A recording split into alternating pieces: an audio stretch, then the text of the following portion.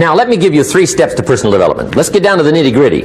What does it take to really make the changes starting tomorrow? It takes more than philosophical pronouncement. I know that. It also takes more than enthusiasm. I know we're hearing a lot about enthusiasm these days, but see, that just won't do the job. We're still hearing the old cliches of the 30s, right? To be enthusiastic, you must act enthusiastic. But see, that's not going to help.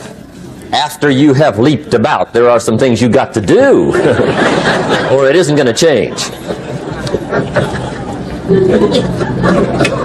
See, you can get all excited about lifting 200 pounds till you get to the gym. And then you need a new excitement. And the new excitement is called discipline. Major step to human progress. Discipline. If there's one thing to get excited over, that's it. Get excited over your ability to make yourself do the necessary things. What could you make yourself do starting tomorrow that would change it all? No telling. Now, see, that's exciting. On any given day, you can massively change the direction of your life. Murder is a clear example that any one person on any given day can forever alter the course of their life. It just happens to be a negative act.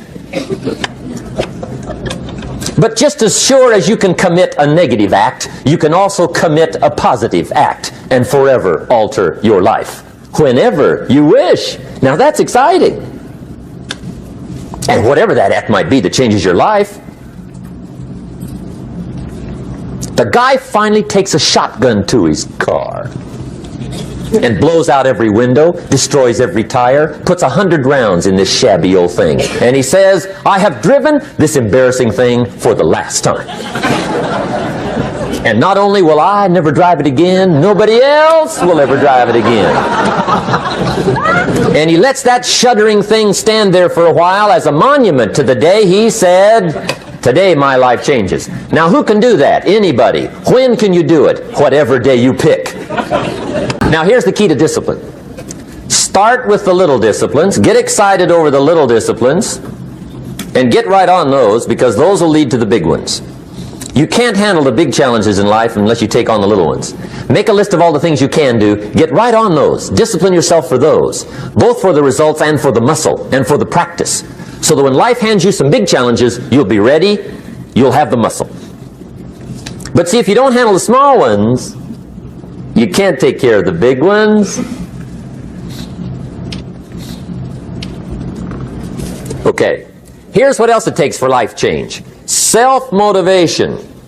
Key phrase, self-motivation. I don't know why we call it self-motivation. It's really the only kind there is. You got to motivate yourself. Because I found out you can't change people. They can change themselves, but you can't change them. Lord knows some I've tried. But see, it won't work. People have to change themselves. I learned some of those lessons early. I built a little sales organization way back in those early days. I'm 25. And I had some nice people. I said, I'm going to make these people successful if it kills me. I almost died. Right? I mean, you can't do that. See, I've discovered this. Good people are not trained, they're found. You find good people. You don't make them good, you find them good. Training really is for the purpose of finding good people. You don't need much instruction for a good person. But too much training probably means you got the wrong people.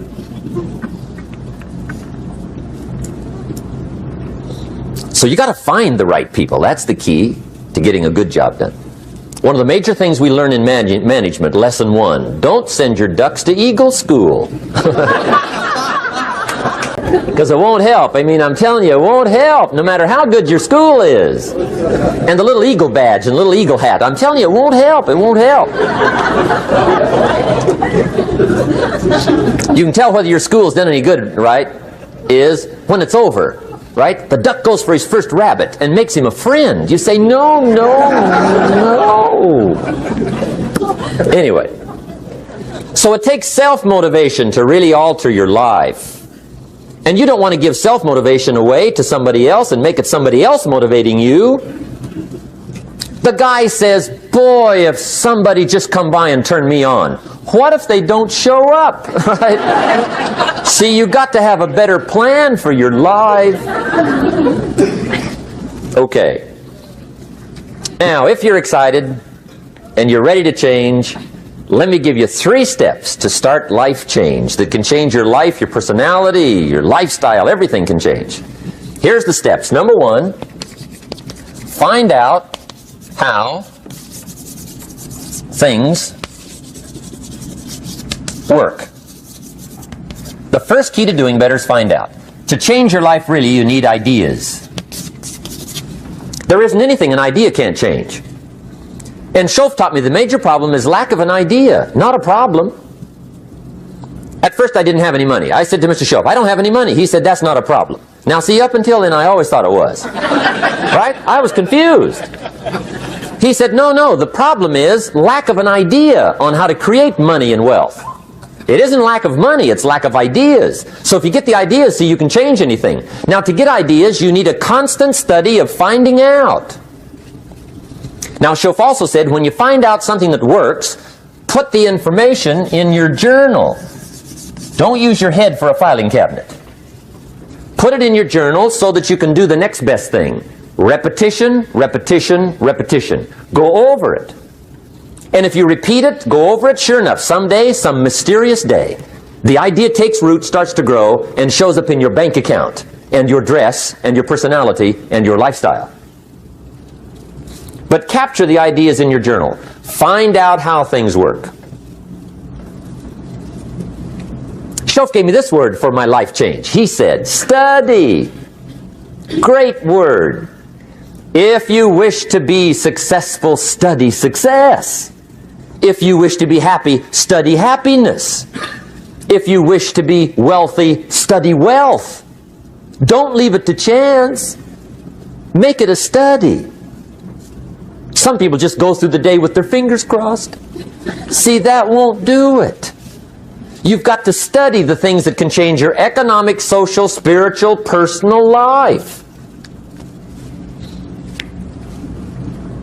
Now, here's a qualifying phrase. And we'll have several of these qualifying phrases throughout the seminar.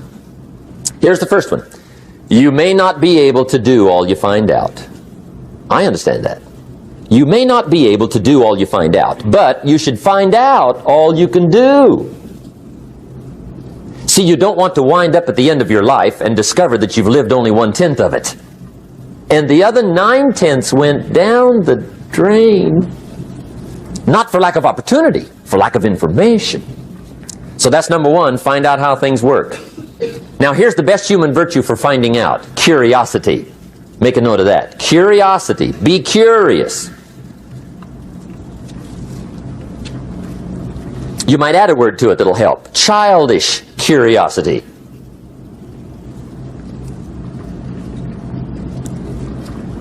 What will kids do if they want to know something bad enough? Bug you. That's the phrase. They can ask 1,000 questions. You think they're through? They got another 1,000. They'll drive you to the brink. It's a virtue. When you gotta know, be like a child. In fact, Jesus, the master teacher, said, unless you can become like little children, you might as well forget it. You don't have a prayer. Excellent advice. You got to be like children. 4 ways, in my opinion, to be like a child. Number 1 is curiosity. Number 2 is excitement. Get excited like a child over your ability to make yourself do anything for change. 3rd is faith. Have faith like a child. Adults are too skeptical. And 4th is trust. Trust is a childish virtue, but the rewards are incredible. So be like a child. Now, if you're curious, let me give you 3 ways to find out how to change anything. Any life direction, any dimension. Here's 3 ways to find out how to change anything. Number 1 is to read. Become a good reader. All of the successful people I know and work with around the world, they're all good readers. Curiosity drives them to read. They got to know. They just read.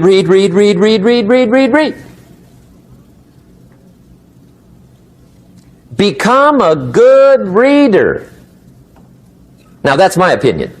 Listen to the other lecturers, and listen to me, and make up your own mind. Don't be a follower. Be a student. Okay? I say, really, for life change, you got to read. One way to learn is from your own experiences, but another way to learn is from other people's experiences. See, one book might save you 5 years if you read it. Did you know there's books on how to be stronger, more decisive? Be a speaker, be a leader, have a better effect on other people, develop your personality. Did you know there's books on that? And people don't read them? How would you explain that? And they can read? Did you know that hundreds of successful people have written their stories in books and they wrote down how they did it and people don't read it? How would you explain that? The guy's busy, I guess. You know, you get tied up. The guy says, well, yeah, you work where I work, but the time you struggle home, it's late. You got to eat a bite of supper, watch a little TV, get to bed. You can't sit up half the night reading.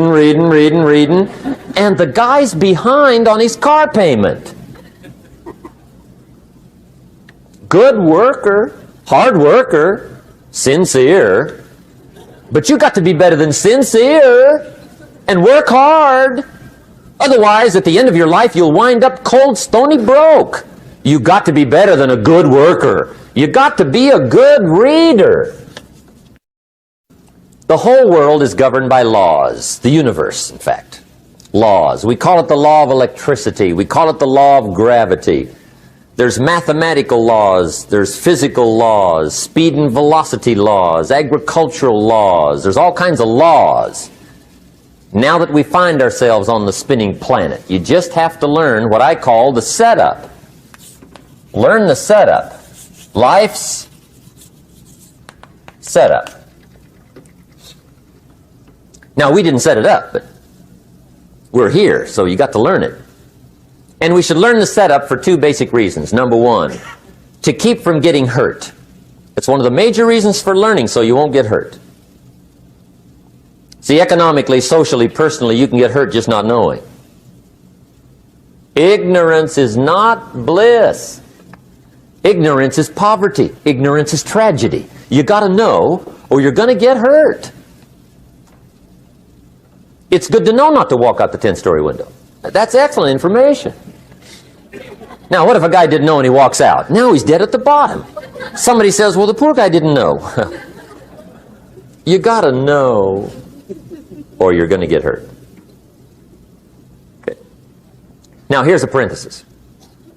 You don't have to like the setup.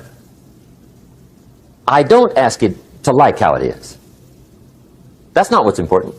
But it is important to learn how it is. Okay, so you don't have to like it, but you should learn it. That's what I tell the kids, right? Make sure you get the information. What you think about it, that's up to you. What you're going to do with it, that'll soon be up to you. But make sure you get it. See, there's nothing worse than being stupid. Nothing. I mean, being broke is bad, but being stupid is awful. And what's really bad is being broken stupid, right? That's about the end of the world. I mean, there isn't anything much worse than that. Unless you're sick. Sick, broken, stupid. I mean, that is it, right? There's nowhere else to go. So make sure you get the information. It's key. You don't have to like it, but learn it.